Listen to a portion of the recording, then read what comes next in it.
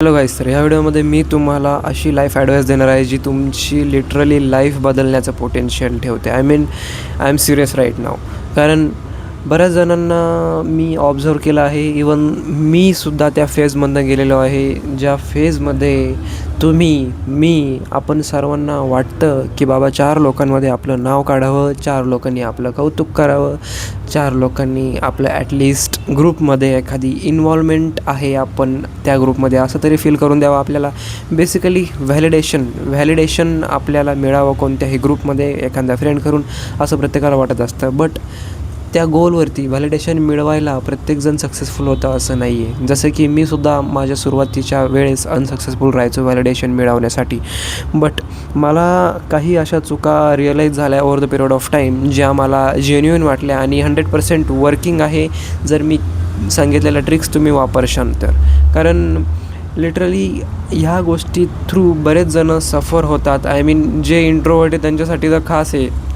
त्यांना डायरेक्ट म्हणजे इतके ओव्हरथिंकमध्ये जायचो मी. माझं स्पेशली सांगायचं झालं तर की मला असं वाटायचं यार शिट मॅन, मी म्हणजे एवढं असूनही मला कोणी भावच देत नाही आहे, कोणी मला विचारतच नाही आहे, कोणी माझं सोडा भाव देत आहे पण जास्त इन्व्हॉल्वच करून घेत नाही मला कोणी. अशा माझी माइंडसेट आधीपासून होता आणि मला फार सवय होती या माइंडसेटमध्ये जगायची. But the moment time pass होत गेला त्यावेळेस मला हळूहळू रिअलाईज होत गेलं की काही चुका आहे ज्या मी लिटरली करतो आहे आणि त्या सुधारायची गरज आहे. सो ह्या व्हिडिओमध्ये मी सांगणार आहे.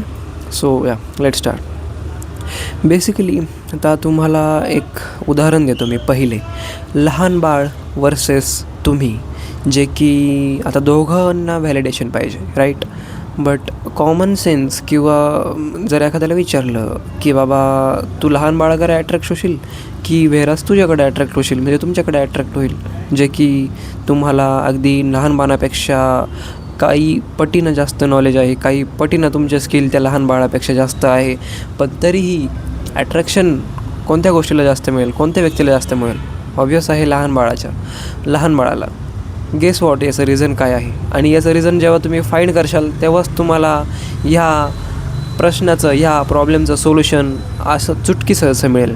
सो लहान बाळाला जेव्हा आपण ॲट्रॅक्शन देतो, जेव्हा आपण त्याच्याकडे नेहमी ॲट्रॅक्ट होतो, त्याला नेहमी आपण व्हॅलिडेशन देतो, त्याचं नेहमी कौतुक करतो, त्याच्यासोबत नेहमी खेळतो, व्हेरॅज आपण मोठ्या माणसांसोबत जास्त इन्व्हॉल्व होत नाही. त्याचं रिझन हेच आहे की value giving, value taking, that's all.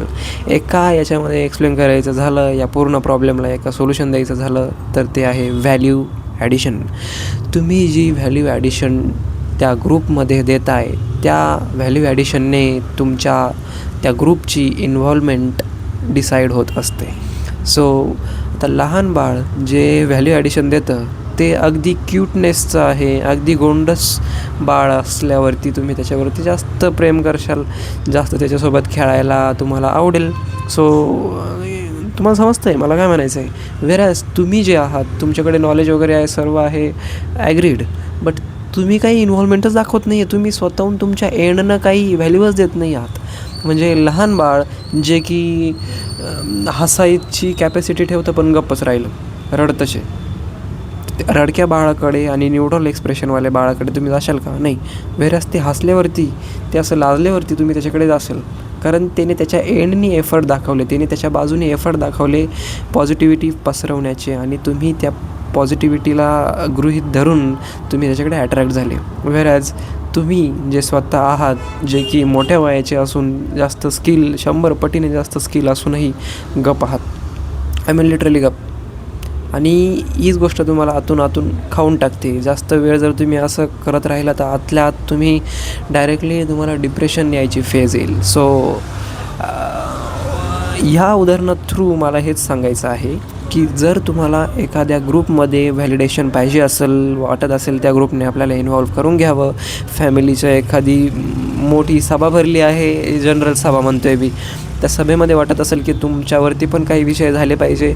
So there is only one stop solution and that is value addition, जे की लहान बाळ आपल्या माणसांना देतं, जे लहान बाळ मोठ्या माणसांना देतं, तसंच तुम्ही तुमच्या जागी राहून तुमच्यातर्फे काय त्या ग्रुपला देता येईल ते प्रयत्न करा. म्हणजे तुम्ही त्या ग्रुपमध्ये जोक्स क्रॅक करू शकत असाल तर वेल and good.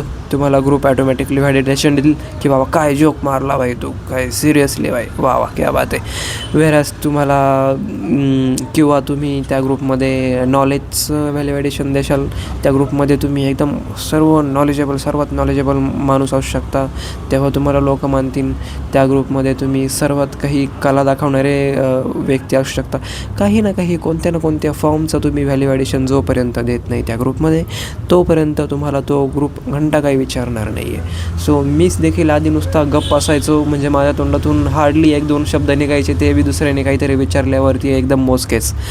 So the real thing when I realise की बाबा हे चुकीचं आहे, आणि मला आधी फार वाईट विचार यायची की बाबा काय यार, मला कोणी भावच येत नाही, असं तसं मला कोणी विचारच करत नाही, वेळेस माझ्यासोबतचे त्यांचे किती कौतुक करतं वगैरे वगैरे. हे अगदी कुडक्या वृत्तीचे विचार आहे. हे बदलवण्यासाठी you have to give value addition whatever you have in yourself. So that's it, one stop solution. माझ्या मते तुम्हाला बऱ्यापैकी समजलं असेल मला काय म्हणायचं आहे या व्हिडिओमध्ये. आणि लिटरली हे जर तुम्ही फॉलो केलं ना, कोणत्याही ग्रुपमध्ये काही ना काही व्हॅल्यू ॲडिशन जर दिली ना, तर ऑटोमॅटिकली तुम्हाला तुमच्या त्या ग्रुपमध्ये तुम्हाला लेफ्ट आऊट फील झालेलं होणार नाही, आणि ऑटोमॅटिकली तुम्ही देखील हॅप्पी राहाल. त्या ग्रुपमध्ये लोकांचा पर्स्पेक्टिव्हसुद्धा तुमच्याकडे बघण्याचा बदलेल, आणि या हॅपीनेस पसरेल, रॅदर दॅन तुम्ही एका कोपऱ्यात बसून कुडत बसणे की यार मला काहीच नाही, कोणी विचारतच नाही. सो या, hope you guys like the video. Thanks.